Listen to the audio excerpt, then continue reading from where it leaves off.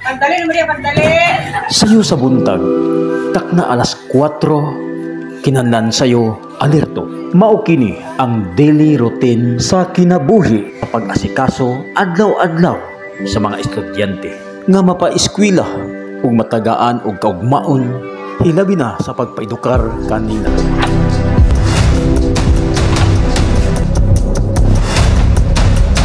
Mga higala, pinagi nining video inyong makita ang matuod gayon nga sitwasyon sa likod sa akong kinabuhi.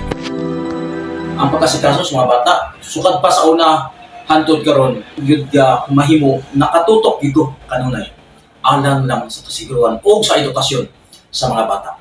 So dako kong pasalamat no sa nahimo na kong kapikas karon tungod kay naapod ang pagsabot kay sa akong nakita dili gayud sayon no, dili sayon ang pag-asikaso sa mga bata. Hilabi na nga ang akong trabaho karon sa pagkakaroon nga ako karon sa broadcasting, medyo distansya gyud ang akong trabaho. So okay, so muni sila no.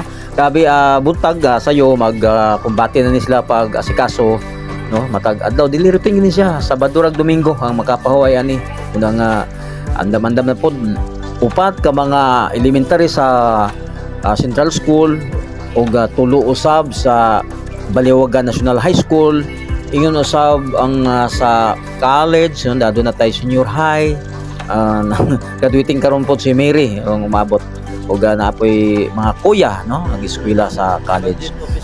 Paningkamot in town ang nagpakamama sa mga daghan akong mga anak no ang nag-asikaso para sa sila mga bangabalon ang i-preparar matag adlaw. Pagod tudo kumbati gyud sa pagpaningkamot dili lang sa gamay nga negosyo ngita gyud diskarte para mahatag sa mga bata no ug labi na sa pagkaon ug adlaw-adlaw na ilahang sa Umayda.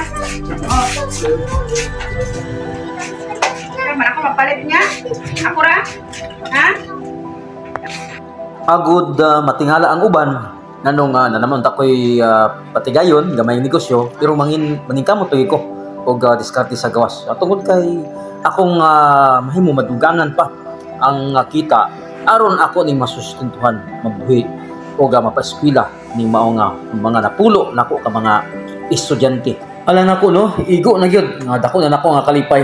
Kita nang maningkamot sila o uban sab sa 100% support o sa akong partner aron sa pagkasikaso sa mga bata. Dako mo nga ako isip naningkamot doble pwersa o sila ang akong gihimo nako nga kusog aron sa pagpaningkamot o nahimo na akong inspirasyon matag karon gunya labi ni akong bagong gitaak karon sa trabaho sa broadcasting center.